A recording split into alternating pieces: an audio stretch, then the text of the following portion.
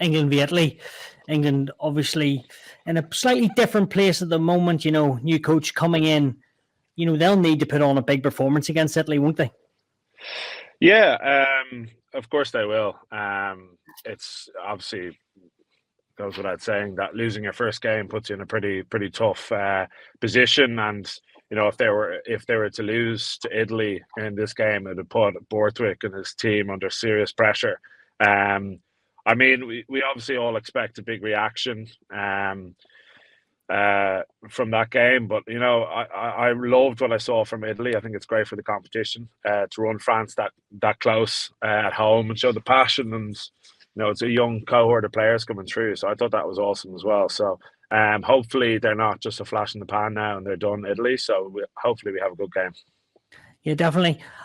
This 10-12 axis for England seems to be becoming a bit of a problem, even more so.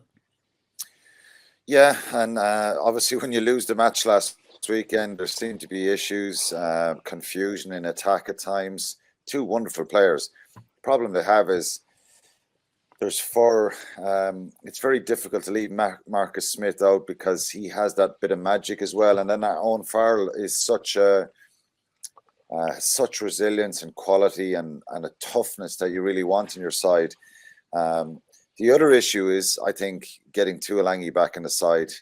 I know if I was coach, I'd be having him in the side if he was half fit. But I think, look, it was just one of those things. I think England are going to get better. I think they've suffered a lot.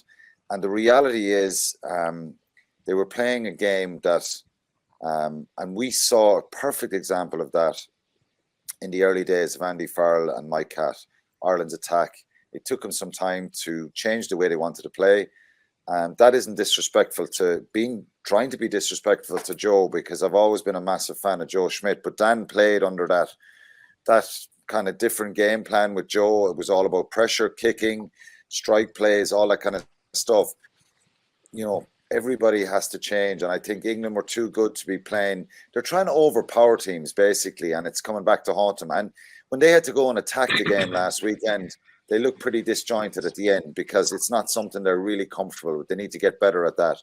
So I think Marcus Smith is really important to that. So is Owen Farrell. But how do you put the two of them in the game and get the right balance and get Tuolangi in there as well? So I think it'll take a little bit of time. But maybe Borthwick will weed the axe. He's out already after leaving Ben Youngs out of his squad for the weekend. So it'll be interesting to see who they pick at 10, 12, 13 for this weekend against Italy.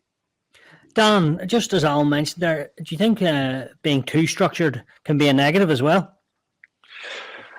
It depends on the game plan you're going after. To be honest, I think with Borthwick at the helm now and Sinfield, they're going to play like Leicester, I'd imagine. And that's what they're going to get to. So they're going to kick the ball a lot.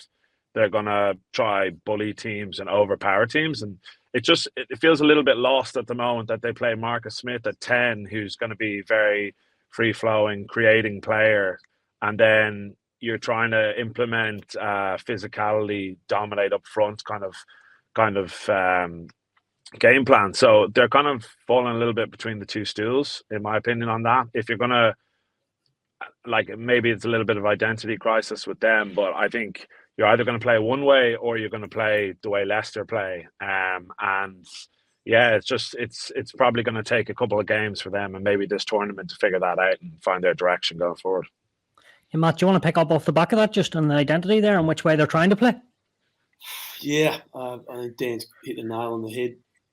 And Quinny, their selections, Manu Tuilagi, definitely would be in my team. And, I'm afraid I think Marcus Smith's a problem at the moment. With his depth, I've said this a lot, he's just playing far too deep. And the structure, they can only get better.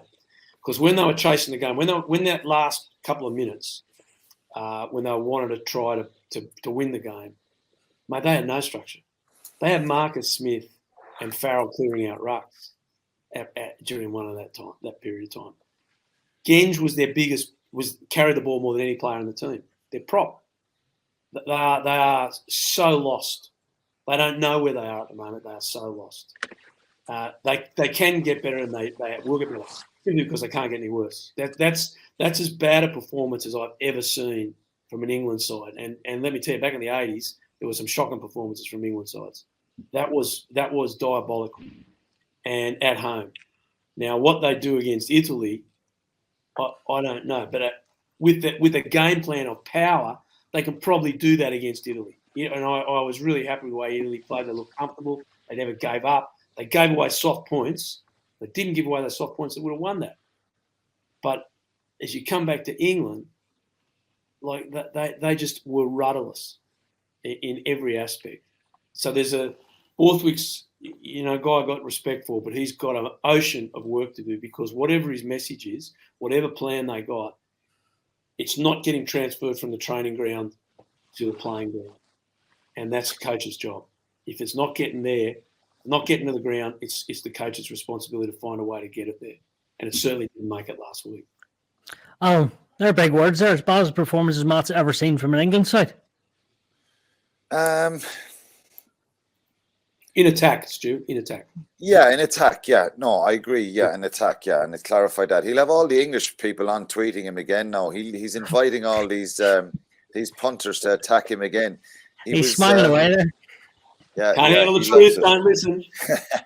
No, England's attack was blunt, and that's my point. And I do agree with Dan that you got to play. If you have a big, strong pack and you have an physically imposing side, you play to your strengths. But I do think the game's changed now, particularly if you need to score tries and you need to chase things. You need to be comfortable and have shape, have structure in attack, have your runners, frontline runners and runners out the back, all being options of carrying well. And attack is not about going wing, wing, wing, wing, wing all the time. It's about runners, forwards, being able to give little offloads, tip on passes, all that kind of stuff. Be ambitious and comfortable with lines of running. And right at the end of that game last Saturday, England looked lost. One out runners. You need to try. You need to score a try to win a game. And all we saw was one out runners over and back, over and back, over and back. And even the work rate around the corner was poor. No shape in that. And that is down to not working on that, implementing it in training and having it in your game plan. So attack is about multiple phases, getting up into the 10, 15, 20 phases, and then somebody doing something brilliant, and that plan and structure just paying off.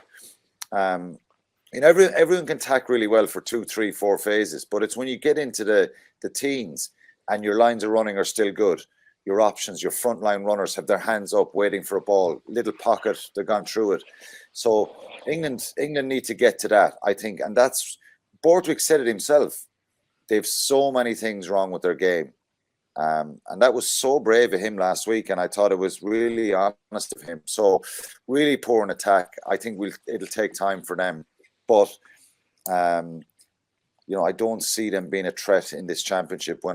Before the start of it, I thought they would be, but it's a terrible start for them. Interesting, Stu, to throw in there. Scotland had to make almost 250 tackles in that game, so that it's not like England didn't have possession. 250 tackles. France and Wales also made over 200 tackles, which is a lot of defence from teams, which tells you about the dominance of possession from the teams that they opposed.